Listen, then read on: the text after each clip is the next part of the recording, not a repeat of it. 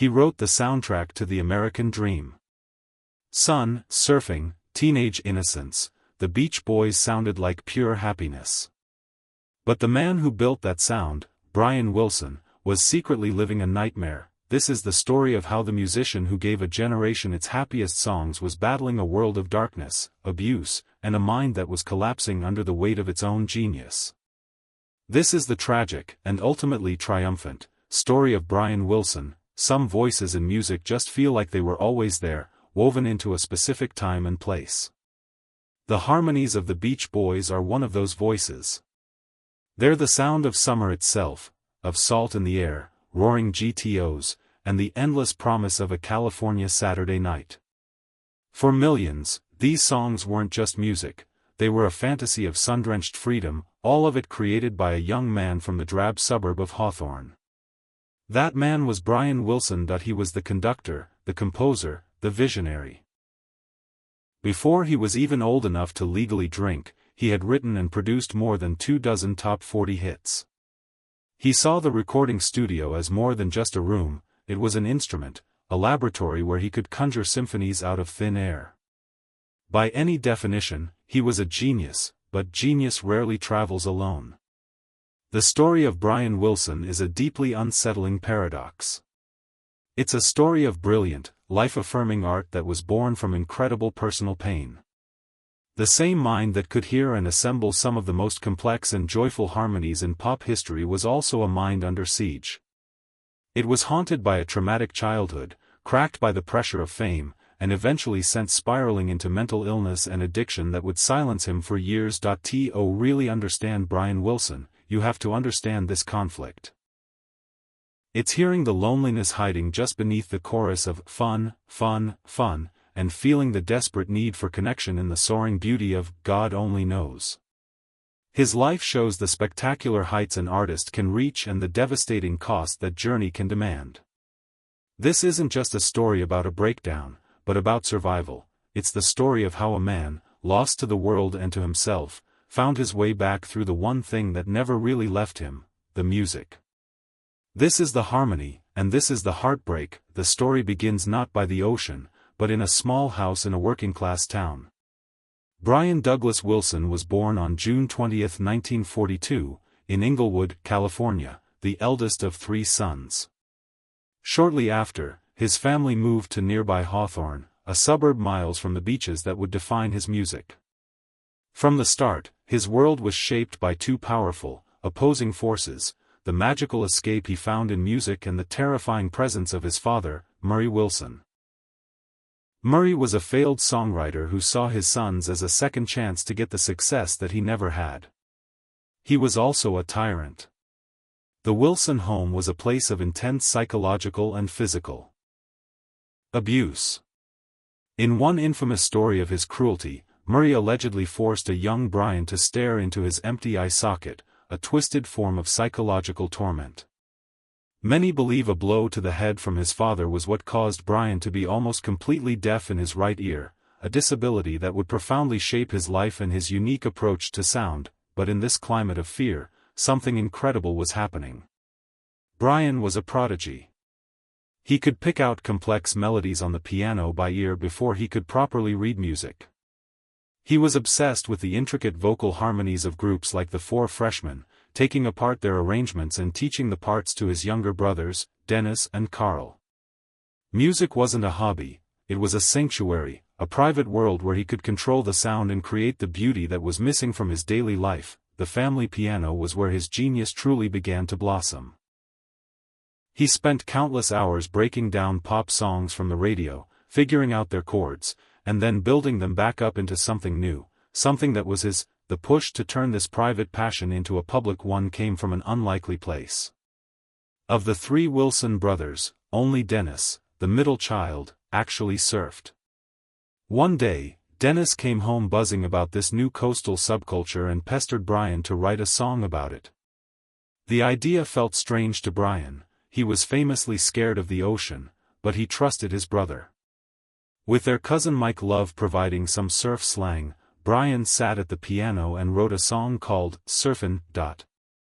In the fall of 1961, Brian, his brothers, his cousin Mike Love, and a high school friend, Al Jardine, recorded the song. They called themselves the Pendletons. Murray saw an opportunity and took over as their manager. When the single was released, a local record promoter had changed their name to something more fitting, the Beach Boys. The name stuck, and an empire was born. Murray's influence was a double-edged sword.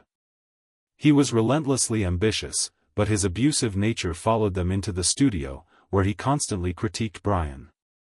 Yet, even under that pressure, Brian's talent exploded. As he once chillingly admitted, "He scared me so much I actually got scared into making good records." He was a prodigy trapped, creating sounds of pure joy in a world defined by fear. The California sun was shining on the Beach Boys, but for Brian Wilson, the shadows were already gathering. With "Surfin'" becoming a regional hit, Capitol Records signed the group in 1962, and the floodgates opened. For the next 3 years, Brian Wilson became one of the most successful pop music creators in the world. He was a hit-making machine, cranking out an endless stream of songs that would invent a whole new genre, the California sound. The hits came fast: "Surfin', USA, Surfer Girl, Little Deuce Coupe, Fun, Fun, Fun." These weren't just songs, they were 3-minute movies about a world most of America could only dream of. What was amazing was that Brian himself was an observer, not a participant. He translated the stories from his brother Dennis and cousin Mike into a universal language of youthful joy. He was the band's creative core, songwriter, arranger, producer, and often, the lead vocalist with his signature falsetto. In an era when artists were usually just performers, Brian was an auteur, one of the first to be credited for writing, arranging, producing, and performing his own material. The pressure to keep this up was immense. It came from the record label, the fans, and most of all, from his father. While the rest of the band was on the road living the life in their songs, Brian was usually back in Los Angeles, shouldering the weight of creating the next hit.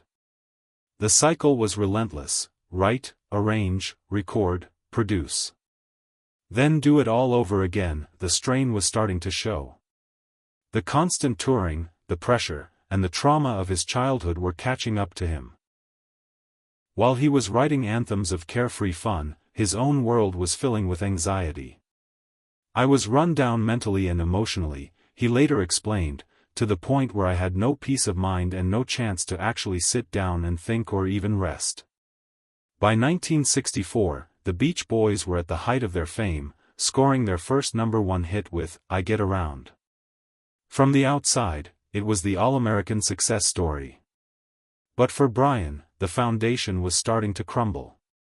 He began using marijuana and other drugs to escape the pressure. He was getting tired of the surf and car formula, feeling an urge to create music that was more personal, more complex, and more honest. The happy world he had built in his songs was no longer a place he could live in, not even for 3 minutes. The machine he'd created was starting to spin out of control, and the man who started it all was about to be broken by it. The rubber band, as he later described it, had stretched as far as it would go. It was about to snap. The breaking point came on December 23, 1964. The Beach Boys were on a flight to Houston to start another tour. Minutes after takeoff, Brian Wilson fell apart. He started sobbing, curling up on the floor, screaming into a pillow.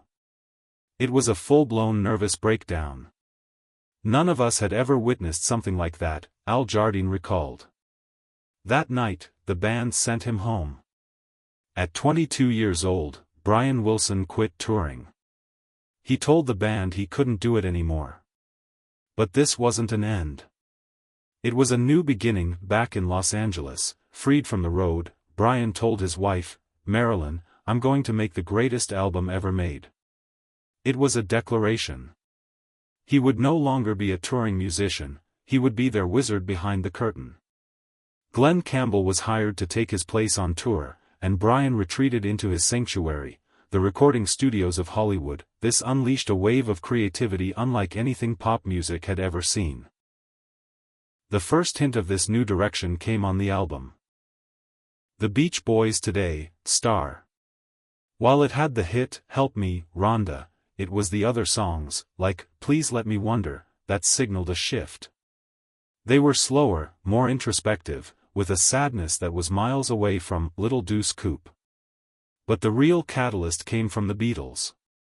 In late 1965, Brian heard Rubber Soul and was floored. It wasn't just a collection of singles, it was a complete artistic statement. I looked at it and I said, I'm going to make an album that's a whole album.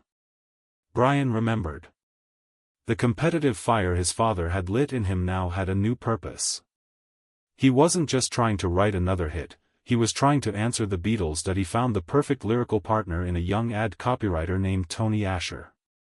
Brian would play him melodies and describe a feeling, nostalgia, sadness, not fitting in, and Asher would turn them into words. Together, they crafted songs that left the world of cars and surfing behind for the inner world of the human heart. Brian was hearing sounds that had never been on a pop record. He hired the best session musicians in Los Angeles, the legendary Wrecking Crew, to bring his ideas to life. He brought in harpsichords, French horns, and even stranger things like bicycle bells, barking dogs, and empty Coke cans for percussion. He was treating the studio like an instrument itself. He would record the instrumental tracks for hours, obsessing over every detail, then mix them down to a single track. That left him with multiple open tracks for what he felt was the most important instrument of all, the human voice. When the other Beach Boys came back from tour, they were bewildered. This wasn't the simple rock and roll they were used to. Mike Love, in particular, was skeptical, questioning the complex lyrics. He reportedly asked Tony Asher, "Who's going to listen to this shit?" This was music for the head and heart, not just the feet. But as they layered their signature harmonies over Brian's rich tracks, something magical happened. The sound of innocence met the sound of experience, and the result was transcendent. Brian wasn't just trying to make the greatest album ever, he was inventing a new language for pop music. When Brian delivered Pet Sounds to Capitol Records in the spring of 1966, the executives were confused. Where were the surf songs? They didn't hear a masterpiece, they heard commercial suicide. The album didn't sell as well in the US as Brian had hoped, which left him heartbroken. But in England, it was a different story. Critics and musicians called it a revolutionary work of art. The Beatles were blown away. Paul McCartney has said many times, "I figure no one is educated musically till they've heard Pet Sounds. I've often played Pet Sounds and cried." It was Pet Sounds that directly inspired them to create Sgt. Pepper's Lonely Hearts Club Band. But even before Pet Sounds was out, Brian was already pushing ahead. He started working on a new single he called his Pocket Symphony, Good Vibrations. It was an incredible feat, recorded in sections over 8 months in 4 different studios, costing a then unheard of $50,000. It featured the otherworldly sound of an electrotheremin and was pieced together from over 90 hours of tape. When it came out in late 1966, it was a massive #1 hit all over the world. Brian was at the absolute peak of his powers. He felt invincible. So, he started his most ambitious project yet. It was an album called Smile, which he worked on with a new, brilliant lyricist named Van Dyke Parks.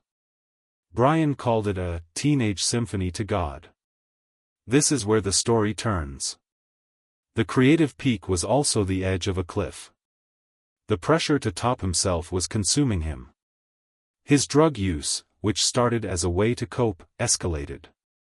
He was now heavily into LSD and amphetamines, which fueled a growing paranoia. His behavior became more and more erratic. He had a giant sandbox installed in his living room to feel the sand under his feet while he composed. He held meetings in his empty swimming pool. He became convinced that a fire nearby was caused by the fire music he was composing and supposedly burned the master tapes in a panic. The studio, once his sanctuary, became a place of chaos. His creative process, once so precise, was now fragmented. He recorded endless takes of tiny musical pieces with no clear idea of how they would all fit together. The other Beach Boys, back from tour, were now alarmed. Mike Love was fiercely against the new direction, calling the lyrics pretentious nonsense. He felt Brian was destroying the band's image and commercial appeal. The conflict inside the band was boiling over. On top of it all, Brian was fighting with Capitol Records over plans to release Smile on their own new label. He was at war on all fronts, with the record company, with his bandmates, and most terrifyingly, with his own mind. The auditory hallucinations he'd had in the past grew more frequent and disturbing. Voices told him he was worthless. In May of 1967, after a year of intense, fractured work, Brian Wilson buckled. The album was still unfinished, a puzzle even he couldn't solve. He shelved the entire project. Smile, the Teenage Symphony to God, was cancelled. It became the most famous unreleased album in history. For Brian Wilson, its collapse wasn't just a creative failure. It was the moment his mind finally broke. The symphony was over. The silence that followed would be long and deafening. The cancellation of Smile wasn't just shelving an album, it was Brian Wilson giving up his crown as the king of pop innovation. He retreated from the world. The years that followed are often called his lost years, a long, dark period of reclusion, addiction, and mental collapse. The Beach Boys patched together a stripped-down version of the Smile material called Smiley Smile. It had beautiful fragments like Heroes and Villains, but it lacked the grand vision of the original. The album was a flop, and it marked the moment the Beach Boys went from being musical leaders to seeming hopelessly out of step. For Brian, the retreat was total. He became a hermit in his Bel Air mansion, sometimes not leaving his bedroom for months. His drug use spiraled, and he gained a tremendous amount of weight, reportedly topping 300 pounds. He chain-smoked in bed and spent his days in a narcotic fog. The creative fire was nearly out. He would occasionally contribute brilliant, heartbreaking songs to later Beach Boys albums, like Till I Die and Surf's Up, but his involvement was rare and unreliable. The band he had created learned to live without him. By the mid-1970s, Brian was in a desperate state.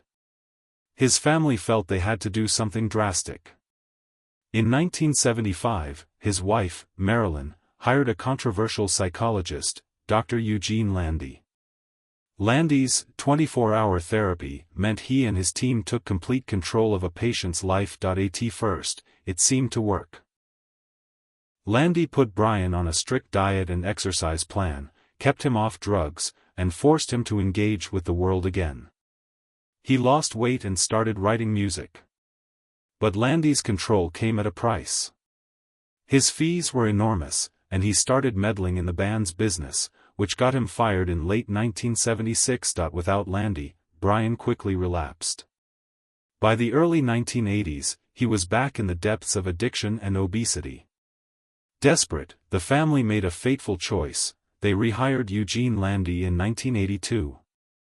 This time, Landy's control became absolute and deeply sinister. Landy isolated Brian from nearly everyone, including his family. He became Brian's therapist, business manager, creative partner, and legal guardian. He co-wrote songs on Brian's 1988 solo album and took an executive producer credit. He controlled every part of Brian's life and kept him on a heavy regimen of psychotropic drugs that left him numb and compliant. This wasn't therapy, it was psychological imprisonment. Brian himself later said, "I live in a strange hell. I'm a prisoner, and I have no hope of escaping." Dr. Eugene Landy had become a modern Svengali, a manipulator who had taken total possession of a fragile genius. The man who created the sound of freedom was now a captive. The key to Brian's freedom appeared in the most unlikely of places, a Cadillac dealership. In 1986, while buying a car, Brian met a saleswoman named Melinda Ledbetter. They had an immediate connection. Early on, Brian slipped her a note that said, "Lonely, scared, frightened." Melinda saw past the medicated haze and Landy's constant minders. She saw the gentle, brilliant, and terrified man underneath. They started dating, but Landy saw their relationship as a threat. He did everything he could to stop it, eventually forbidding Brian from seeing her. But Melinda didn't give up. She realized Brian was being controlled and drugged.